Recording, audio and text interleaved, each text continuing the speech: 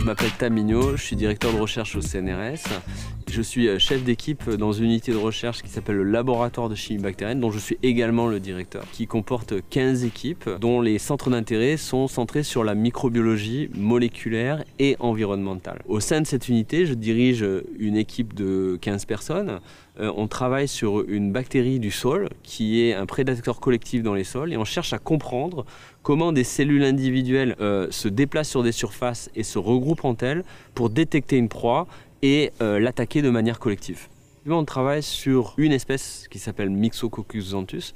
La raison est simple, c'est que c'est une de ces bactéries prédatrices du sol qui est très largement présente dans les sols et surtout qui est travaillable du point de vue génétique. Et donc ça, c'est véritablement la raison pour laquelle on travaille sur cet organisme, sur lequel on a développé toute une série d'outils, de la génétique à l'imagerie, pour pouvoir voir en fait en temps réel et sous le microscope, par exemple, le mécanisme d'attaque des proies.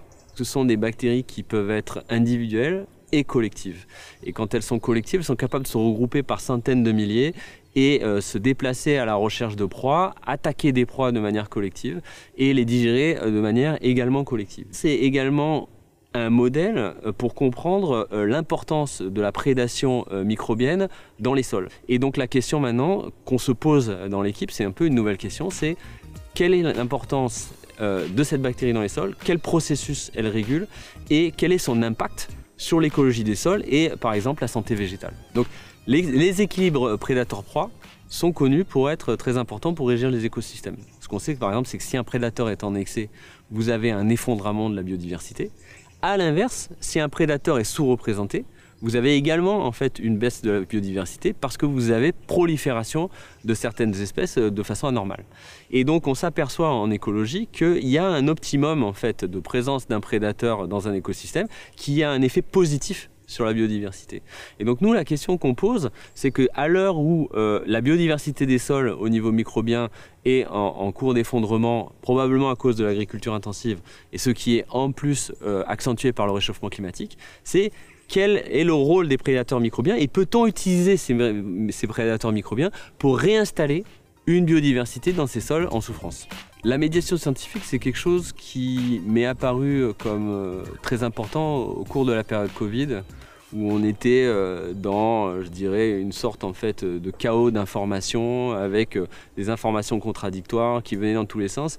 Et donc nous, on s'est retrouvés dans un collectif à se poser la question de comment on pourrait contribuer à clarifier l'information scientifique. Ce collectif en fait s'appelait Diffusion la science, pas le virus, sur lequel on a émis une vingtaine de vidéos pendant 2 mois, les 2 mois en fait du premier confinement.